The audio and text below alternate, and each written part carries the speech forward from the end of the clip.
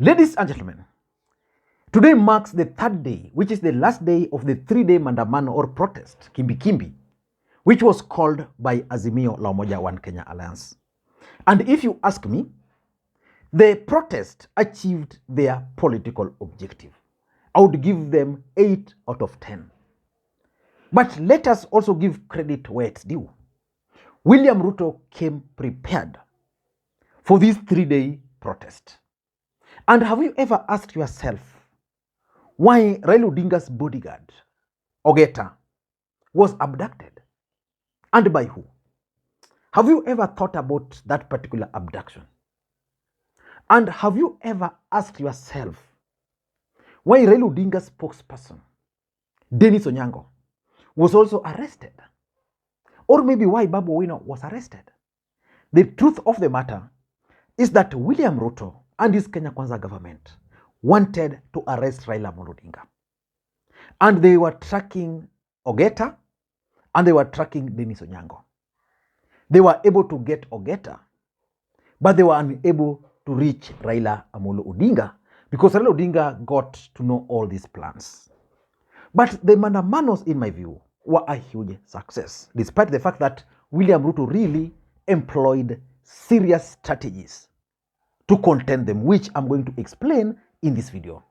But why do I strongly believe the mandamanos were successful? Why do you think the mandamanos were actually successful? Number one, the cost of living in this country is just too high for ordinary Kenyan. Everybody is feeling it. And the truth of the matter is that Kenyans are actually very angry and they're very bitter. So they use these kind of opportunities to vent their anger. And that's why places like Kericho, which were not part of the mandamanos, by the way, when that rogue police hit the man there, the place just turned chaotic. You'd think Kericho was part of the demonstration. Kenyans are angry because of the cost of living. Number two, the finance bill, which William Ruto is still trying to push through the throat of Kenyans, is a very unpopular bill. And therefore, it's easy to rally Kenyans to protest against it. And that's why Azimio found it very easy to rally the entire country to protest. Number three, the truth of the matter is that William Ruto made serious promises to Kenyans, those who voted for him. But none of those promises have been met. For example, William Ruto promised how many jobs for youths? I want to ask you, just go ask around. You know, we are all Kenyans. Just ask around and come and tell me any single individual who is a success story from the Hustlers Fund. Because that was supposed to be a game changer. For me, I don't know any single person who has benefited from that 500 debt. I mean, the 500 loan. Or is it now 2,000? None. And again, lastly, why for me, why I think it was a bit successful is because almost the entire country, no part of this country was left behind. Yesterday, I saw the National Police Service releasing the details of the people who have been arrested. The only place they suggested that there were no arrests was in Mount Kenya. While we all know that's not the truth. The truth of the matter is that in Mount Kenya, Maina Njenga, the brother and others were actually arrested and they're yet to be produced. But I don't want to discuss all those. In this particular video, I want us to focus on the strategies which William Ruto actually employed to try and contain this mandamano. But before we get into all those, in case you're watching this channel for the first time, please take a second or two, click that subscribe button so that next time we produce a video like this, YouTube will automatically notify you. And to the subscribers, I want to continue thanking you guys for your continued support. Because without that support, this channel cannot be where it is. And allow me also to take this opportunity to thank Sagini, Elizabeth, Muroki, and Jamal for the coffee. Thank you so much. I received them. And you can also do the same using the numbers you are seeing on your screen now. Let us dive in and begin looking at the strategies which William Ruto actually employed to try and quell the demonstrations. The truth of the matter is that despite the fact that he really tried, it was impossible. It was impossible. What happened yesterday in Bondo was not possible to be contained. Whatever is happening to Busia right now, I don't think it's possible to contain. Whatever happened in Mlolongo and Kitengela, impossible to contain. Whatever happened in Kisii, impossible to contain. Whatever is happening in Nyalenda here right now, impossible to contain. But William Ruto tried using the following strategies. The first strategy, which I think is what most people are talking about, was the formation of that special unit. Now, if you look at that unit, because all of us, we now know there is a special unit, the unit which was arresting people, blah, blah. If you look at that special unit, it had specific task. The first task it had was to try and eliminate demonstrators to scare away the rest. The other objective was to try and prevent the demonstrations from happening by penetrating. So this unit was operating mostly in plain clothes, so you would not know who you are talking to. In fact, the next mandamano will be very difficult. I'm talking about, like, for example, if you are coming from Kisumu and then there's mandamano, then you see someone who is not, usually someone from Kondele, for example, or someone from Nyalenda. Those kind of individuals will be putting themselves in serious risk. I'm sure even today, if they were to repeat that in Nairobi, it was going to give a lot of problem. But most of these guys were in plain clothes. According to the rules of demonstrations, the police are supposed to provide security and they're supposed to be in uniform. But these ones were clearly in plain clothes. Number two, this group used to walk in, or they're walking in groups. A group of around, I think there are 9. They're walking in a group of 9. Group of 9. Yeah? And you'd think, like, for example, when they're coming, you'd think those are also part of the demonstrators. In fact, that's why they were able to arrest so many people. So a group would be coming, you think those are demonstrators, but the police coming behind them as a backup, you think those are the demonstrators. Before you realize, umeshikwa. So they were working in groups, I think probably to prevent any, if one of them is found in a situation where he needs help, then they would come. Then the other thing which came out of this group from the way they're operating, their strategy was to try and penetrate all sectors. Some of them pretended to be journalists, while they were not. Some of them pretended to be border guys. Like, for example, there was this gentleman who was explaining something. He was being interviewed, and he was just explaining how he voted for Ruto. Then Ruto has failed to deliver. But if you look at the faces of those people who are around there, those who are pretending to be border, clearly they were not borders. Need is real. Si mtu kujifanya asora wakati anataka kura kingia para nageuka na kuwa dynasty. My friend, that one we can't tolerate anymore. So Ruto wewe jifanya kichwa ngumu, but at the end of the day utaumia. Sisi tutarudi the other side, we pack up Raila.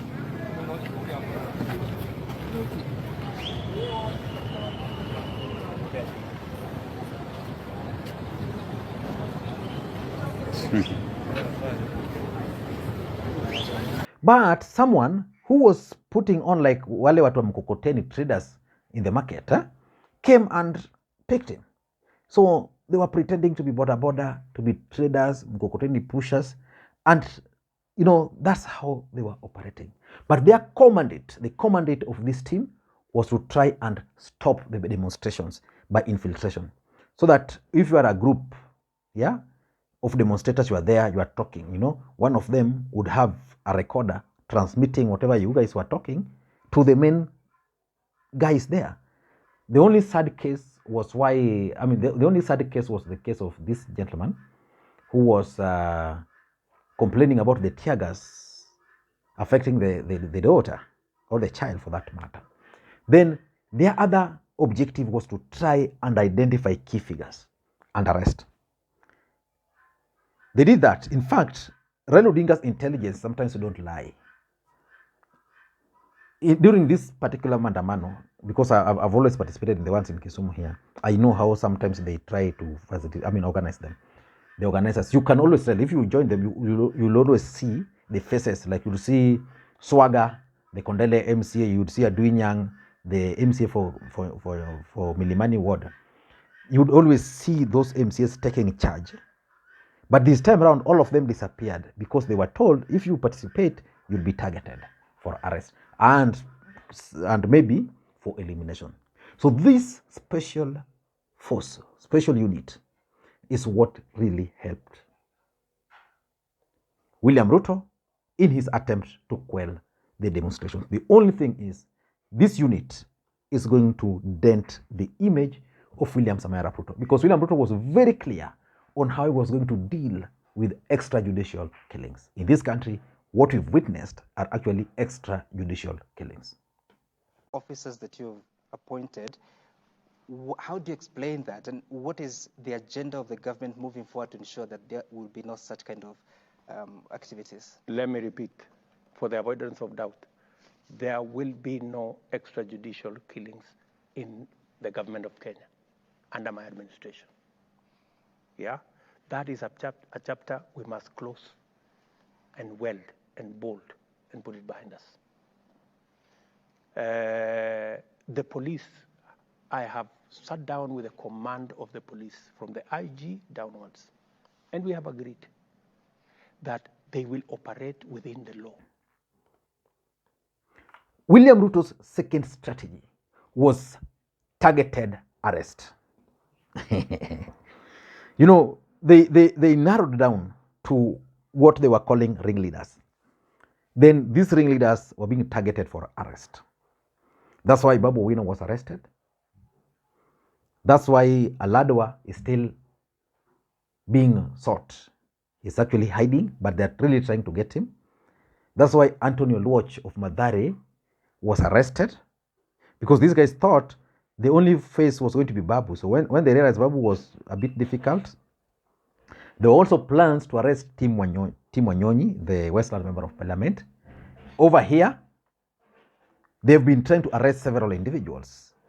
And we know people like Gaucho, the Bunge la Wananchi, several other people who are perceived to be ringleaders across the country are actually under arrest. I don't know whether that was effective, but for someone like Babu Owino, that's going to give him a mileage.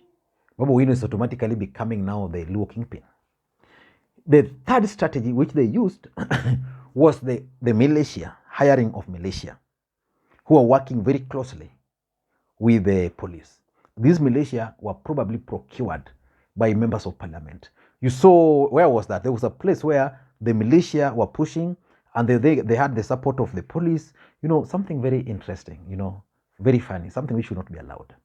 You know, you hire you hire people, then you give police support, you tear gas the other opponents, then these guys are attacking.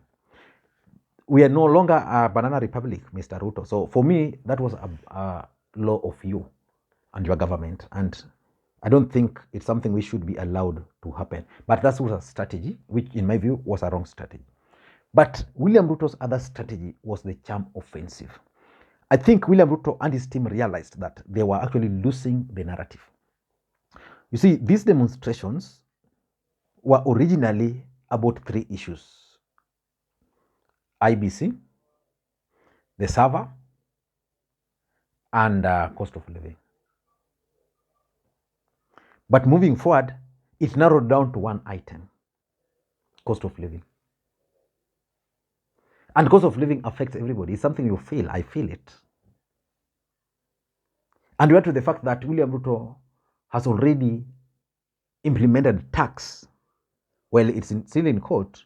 So William Ruto decided the best thing is to go on a charm offense. And the strategy is simple: identify my strongholds, identify projects. Like today, William Ruto is in Muranga. Do you know what Ruto has gone to Muranga to do?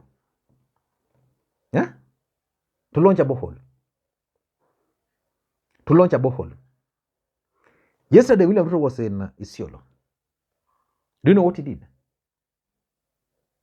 He opened a road which was completed 5 years ago. So basically, it tells you that William Ruto is just trying to look for opportunities. You know, he calls an MP, I want to come to your area. What project can we launch? Then they look around. Hii ilimalizwa 5 years ago, bado haijafunguliwa, kuja ufungue. Kuna borehole hapo, nimemaliza. You can come and open. Then he gets the opportunity to now sell his reasons why opposition are disturbing him, for example. He gets the opportunity to explain the finance bill. And lastly, William Ruto is also trying now to use propaganda on Azimio. And the propaganda is about handshake. You know, the only thing which is uniting Ruto and the Kikuyu nation is Raila Odinga. You remove Raila Odinga out of the picture, then William Ruto is actually exposed. So he's trying to drag the name of the handshake to make his core base, which is the Kikuyus and the Kalenjins, to be angry with the demand so that they don't go. That okay, sisi tunaenda kwa hii maandamano because of Raila anataka handshake. I don't know what you think. Do you think these strategies will work? Until next time, this is Lee Makwiny. Bye-bye.